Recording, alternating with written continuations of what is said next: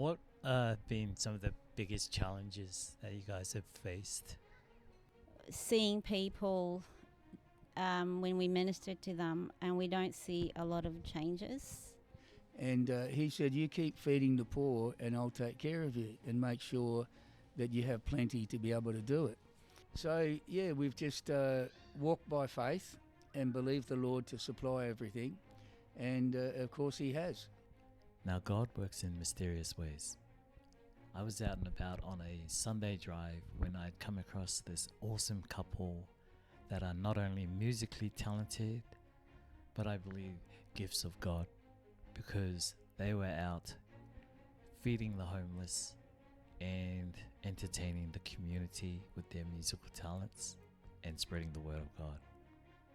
So in this episode, I was honored to have them join me on the podcast and share their story. So please stick around to hear more about the great work they do in the community. Hey guys, welcome back to the round table. Today I'm here in the back end of Bundaberg. It's not the dark side, I guarantee you. It's where I actually did a morning drive and bumped into Karl, who him and his partner run like an event for the homeless. But we'll get to find out more about that. But as always, the round table symbolizes a safe space where stories are shared, voices heard, and lessons learnt. So pull up a seat and join me on this journey, because every story here matters. MD and Karl, welcome to the round table. Thank you. Thank you. So in my passing, I noticed that you guys were holding some kind of an event where there were some tables here, food. So I was curious enough to venture over and just find out a little bit more. So can you kind of share a little bit more about what you guys were doing? Yes, we started this about 5 years ago in Alexandra Park here. We started with just myself and my wife and 2 or 3 others, and began feeding, and it just slowly grew over the years. When you say feeding, feeding who? Feeding the homeless and whoever would come along. Some people just, what we've noticed is over the years, some of the homeless, even when they get a house, which many of them have, they still like to come back because they like the community that we have here. And so it's for the homeless, and of course we get a lot of homeless come, but there's also other people in the community that come just for some, we call it fellowship, where they can communicate with us. We preach the gospel also here in the mornings at 10:30 we start, and we do some praise and worship, and then we preach from the Bible and have communion, and then we open up the food and we all eat together. That's pretty much what we do. Yeah, like my husband said, we started sort of 5 years ago now. We actually we were traveling around the country for 2 years prior to that, and we actually got stuck here during COVID-19. And someone told us in our hearts that we were in Perth at that time, and there was only one case of COVID at that time. And they said, you better go to the East Coast because they're going to close the borders. Now, we've never heard of Australia closing their borders. So, but my husband was looking for a vessel at that time, a boat. We used to have a 100-foot tall ship before we venture out around Australia to tell people about Jesus. And then after 2 years, that's when we were in WA, and then the Lord said, better go to the East Coast. And when we were in Perth, he was looking for a vessel. God told him to look for another vessel. And we found one here in Bundaberg. And so he decided to come here. So when we got to Bundaberg, borders were closed. And not long after that, maybe a year and a half, my husband had So he's done this ministry that we were doing now, feeding the homeless, and ministering to the down and out. And so he felt it in his heart to do the same thing here.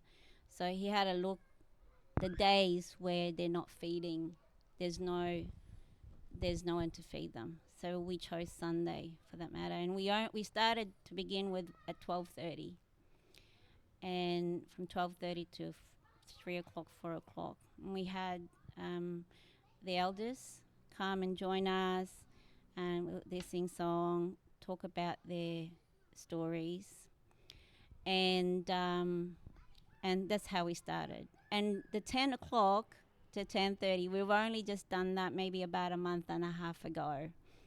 I think it's only because it was almost like a suggestion from the people, because a lot of them won't go to church. So we're sort of bringing the gospel to them out here. So, but the number of people that has come when we started at 10 has really tripled up than when we're starting at 12:30. And so I think the Lord's showing us that the people are hungry and the people wants the fellowship. I don't know what they're seeing. You might have to interview them.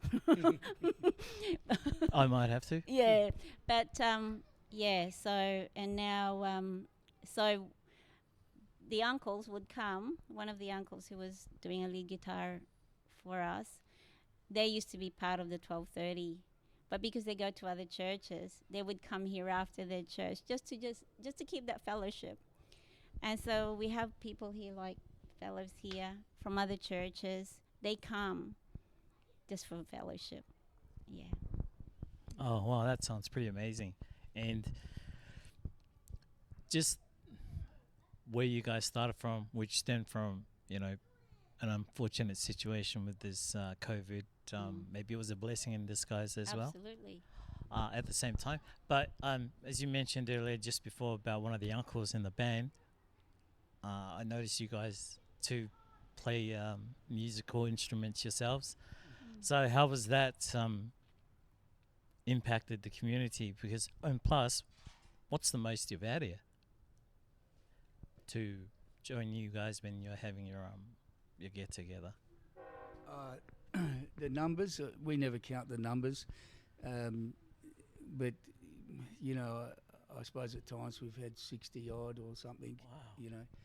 Wow. And there's other things that we do in the community as well. You're probably familiar with the police beat where the piano is in the main street. Well, we go there every Friday and play music from 12 till 4. And we've been doing that for probably the same amount of time, really, 5 years or so. And so the people get to know us through that. And down there we do a bit more secular songs, and because we're trying to reach the people that don't know about the Lord. And but we throw in a gospel song here and there so they know what we're really about. And from that, so a lot of the people that come here on a Sunday, they'll come down there on a Friday, sit around for a little while, listen to the music for a little while. So both of them have complemented what we do here. Yeah. Oh, it's amazing. One of the other questions, how do you guys fund everything that you do? Like, where do you get the meals from? And yeah, well, when we started, we pretty much funded everything just ourselves personally, and because we believe in giving, all through the Bible it talks about giving, and it talks about, in the Old Testament they gave 10% of their income, and back then, of course, it might not have been dollars and cents. It was sheep and goats and whatever they had, vegetables, whatever they grew, and they'd bring it into the temple, and that was their 10% offering. So we said to the Lord, we're going to use our 10% offering, and we're going to use it to help these people. And at times it's got pretty difficult financially, and because having a boat that we live on and being in a marina costs money. And so there was a time there where I said, Lord, it's getting very difficult financially. And he said, you keep feeding the poor and I'll take care of you and make sure that you have plenty to be able to do it. So over the time, everything's been met and we've increased. And the way things increased is by other people. We do have some support financially from some other people. There's a few people here and there that give on and off fairly regularly, and so that helps. And we have other people that give of themselves to come here, and they bring food. So we've got one fella that joined us, and he's that's George, that does some takeaway food containers, and he brings sometimes 40 or 50 containers. So they have something that they can take away, puts them in a bag for them, and they can take away and have that as a evening meal. So yeah, we've just walked by faith and believed the Lord to supply everything, and of course He has. Yeah. What have been some of the biggest challenges that you guys have faced? I think it's the seeing people when we minister to them and we don't see a lot of changes. It's only because, like, we see the cycle, and it's very, very obvious. And I think it's not because of, I think I was looking at it in a different perspective. So I realize that now people are in a different level, and some of them needs a lot of healing to be even able to make that first step to change. Well, I think you guys have already provided the first step, just showing up to what you guys hold. Yeah, no, I think it's we can't really take any credit for it. I think it's just a matter of obeying the Lord, and God knows the story of every person, and He knows every heart. So we look at the outside appearance. I looked at the outside appearance, and sometimes it's very disappointing and frustrating because you want to see them move from their place where they are at, and then to see them prosper and then fulfill their potential. But when you don't see that potential, then you feel the loss. And but I think it's just being patient with them and just walking with them where they're at, and then allow the Lord to actually change their heart, because we can't change. I mean, we need God to change our hearts, even for ourselves. So we need to really commit them to the Lord and love them through that journey wherever they're at, and then allow God to change the heart. And then after that, then there's a reward. But there's a reward for them, but there's a reward for us as well, because now we're seeing that God is actually moving. Then we can't take any credit for it. So we've seen a lot of people over time, because they see us out there. We see them about 3 times a week in town. We want to keep that rapport with them, because then they can trust us. And then they can see, Karl and MD's with us. So we're not sort of, we're not, here we are and yous are over there. So we wanted to be with them as much as they probably wanted to be with us. Now we're seeing that because they're coming. We've got a fella here. He's actually reminded us how long we've been doing this. So he said to us, we've known you for this long. And he said, you've been doing it for that long. I said, oh my goodness. So they're seeing things, and they're watching more than what they're saying, really. Yeah, that's right. Yeah, that's pretty amazing. What's possibly 1 or 2 things that you would like to see happen maybe in the next however long you guys continue to maintain doing what you guys do? Hey guys, thanks again for tuning back in. And if you're finding value in today's show, and also please consider donating to their cause, as these guys are pretty awesome in what they do in going out of their way to support the community and the homeless. So, without further ado, let's get to it. Yeah, well, what we're after today, like all the food went, and there was still people coming, so we didn't have enough food, and so we want to see an increase, and so that's what we're believing for now. Next week we'll probably do a larger pot of stew that will add to what we already do, and so we need the increase of food.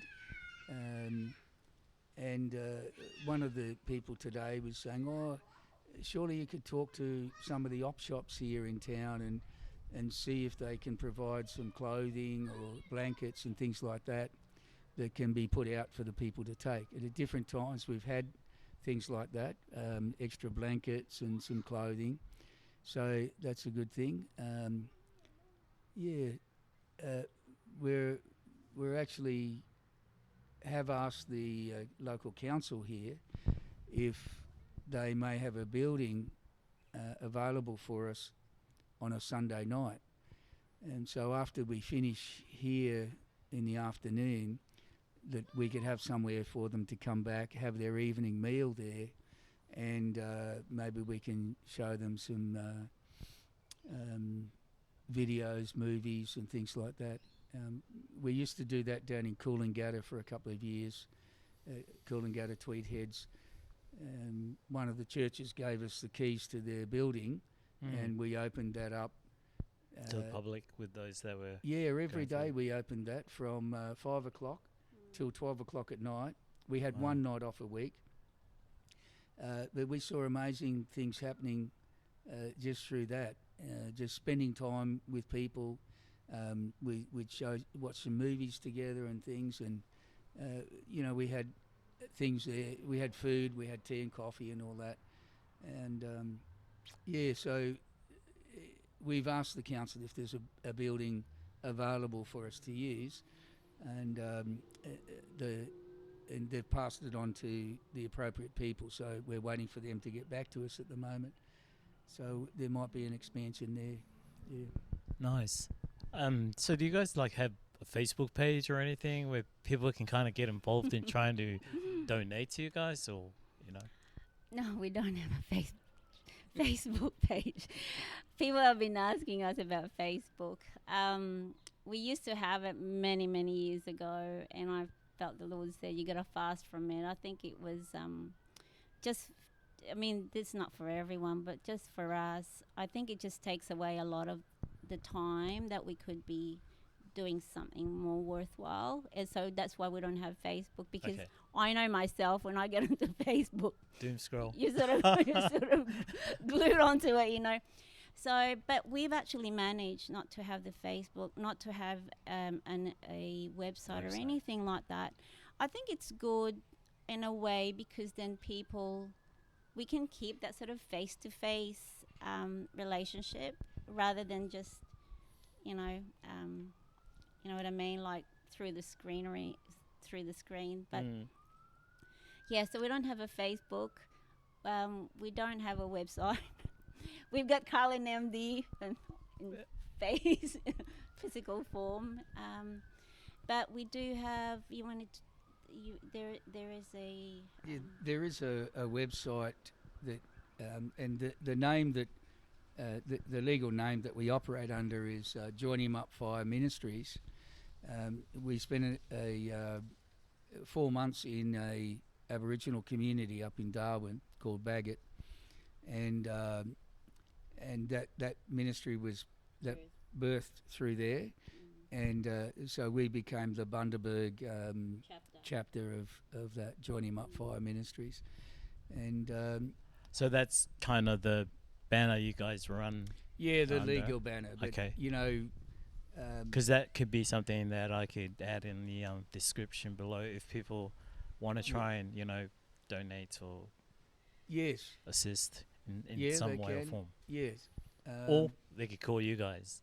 They can call us or come down to the park here and meet us and, help in any way that they think is going to be helpful to the homeless people. And I'm reminded of one lady at the Buzz Park Anglican Church there. She comes to the feeds there, and she has a table with, knitted and crocheted hats and beanies and blankets and everything like that. So, there's different needs, and whatever people feel they can do, we'd gladly welcome them, and because it's a community effort, it's not just us. And in fact, the fellow who does the takeaway meals, he's got a group himself from down at Bagara, and they call themselves the Bagara Cooks for the homeless. Yes. Yeah, he created a group just recently, just for this. Now we didn't tell him what to do. He just went here and he thought there's a need here. So we don't have any stipulations for anyone. You can do this, do this, do this. I just say to them, look, come and have a look, and ask the Lord what's needed, and then they meet that need.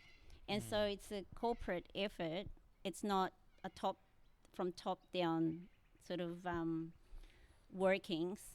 It's whatever the Lord leads them, a particular person, how to meet the need. And it could be something simple like, I'm just going to sit down next to the person and just have a meal with them. And that's personally, that's what I wanted. I wanted a friend for these people that comes here, because that's what's needed.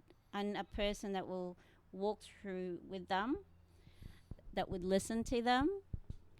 And that's the biggest thing. It's not the food's good, the music's good, but it's when a person's heart touches another.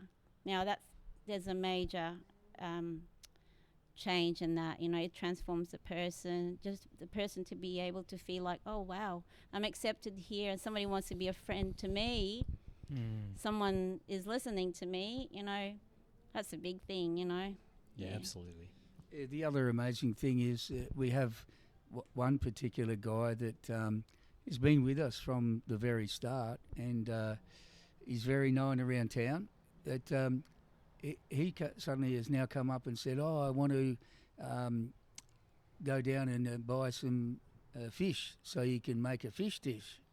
And so, every fortnight now he goes and buys some fish, some vegetables, and says, could you put this together, And that's amazing to see, someone that has been receiving from the feeding here for all that time, but now he wants to give back to everybody, and that's what we hope for, is that they'll come out from where they are and realise, I can probably help other people too, And it's not just that. Some of them are here in the morning before we come, waiting for us because they wanted to help us carry the stuff. Oh, wow. Now that really touches our hearts, right? They don't have to do that. We don't tell them to do that, but they're here in the morning. They're waiting for us, for the bus to pull up. And then they'd stand there and wait for them to carry the stuff here. That's beautiful, And now that could be something that they wanted, in their minds, in their hearts. It's not much for them. It's much to me. But they come, I want to help carry this, carry that. And so... Yeah, it makes them feel a part of it. Yeah. And so we're all in it together, and we help one another. Wow, sounds like an amazing community you guys are building here. I suppose before we kind of wrap up, do you have any final thoughts to what else you would like to see change, other than a new location for Sunday nights? Is there anything else that you can think of? Yeah, I think it's important just to strengthening what we have now, because I think you got to just look around us, look at the world and what's happening. and people would they're going to be drawn to somewhere where they can actually gain strength. But so we want to strengthen what we've got now, but we're also aware that people do need to be able to build that trust.